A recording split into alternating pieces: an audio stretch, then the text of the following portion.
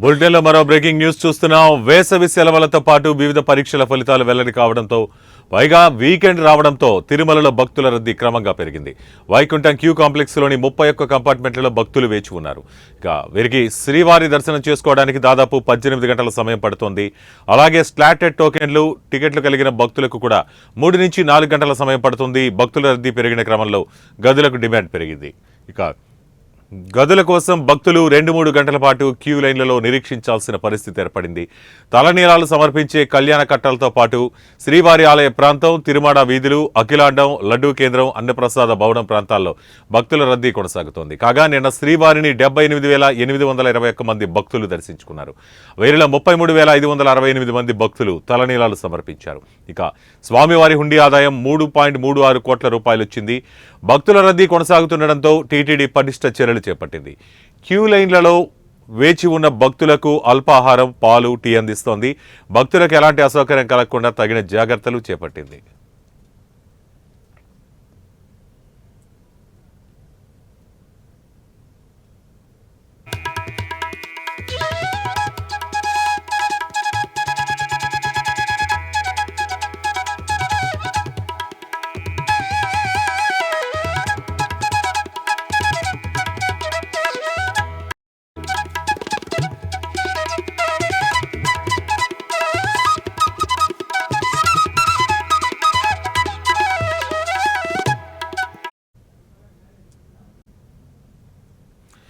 వేసవి సెలవులతో పాటు వివిధ పరీక్షల ఫలితాలు వెల్లడి కావడం, పైగా వీకెండ్ రావడంతో తిరుమలలో భక్తుల రద్దీ క్రమంగా పెరిగింది. వైకుంఠం క్యూ కాంప్లెక్స్లోని 31 కంపార్ట్మెంట్లో భక్తులు వేచి ఉన్నారు. ఇక వీరికి శ్రీవారి దర్శనం చేసుకోవడానికి దాదాపు 18 గంటల సమయం పడుతోంది.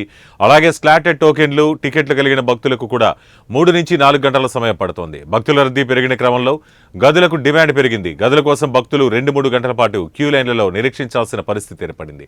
ఇక తలనీలాలు సమర్పించే కళ్యాణ కట్టలతో పాటు శ్రీవారి ఆలయ ప్రాంతం, తిరుమాడ వీధులు, అఖిలాండం, లడ్డూ కేంద్రం, అన్నప్రసాద భవనం ప్రాంతాల్లో భక్తుల రద్దీ కొనసాగుతోంది. కాగా నిన్న శ్రీవారిని 78,821 మంది భక్తులు దర్శించుకున్నారు. వీరిలో 33,568 మంది భక్తులు తలనీలాలు సమర్పించారు.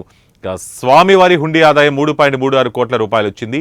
భక్తుల రద్దీ కొనసాగుతుండటంతో టీటీడీ పటిష్ట చర్యలు చేపట్టింది. క్యూ లైన్లలో వేచి ఉన్న భక్తులకు అల్పాహారం, పాలు, టీ అందిస్తోంది. భక్తులకు ఎలాంటి అసౌకర్యం కలగకుండా తగిన జాగ్రత్తలు చేపట్టింది.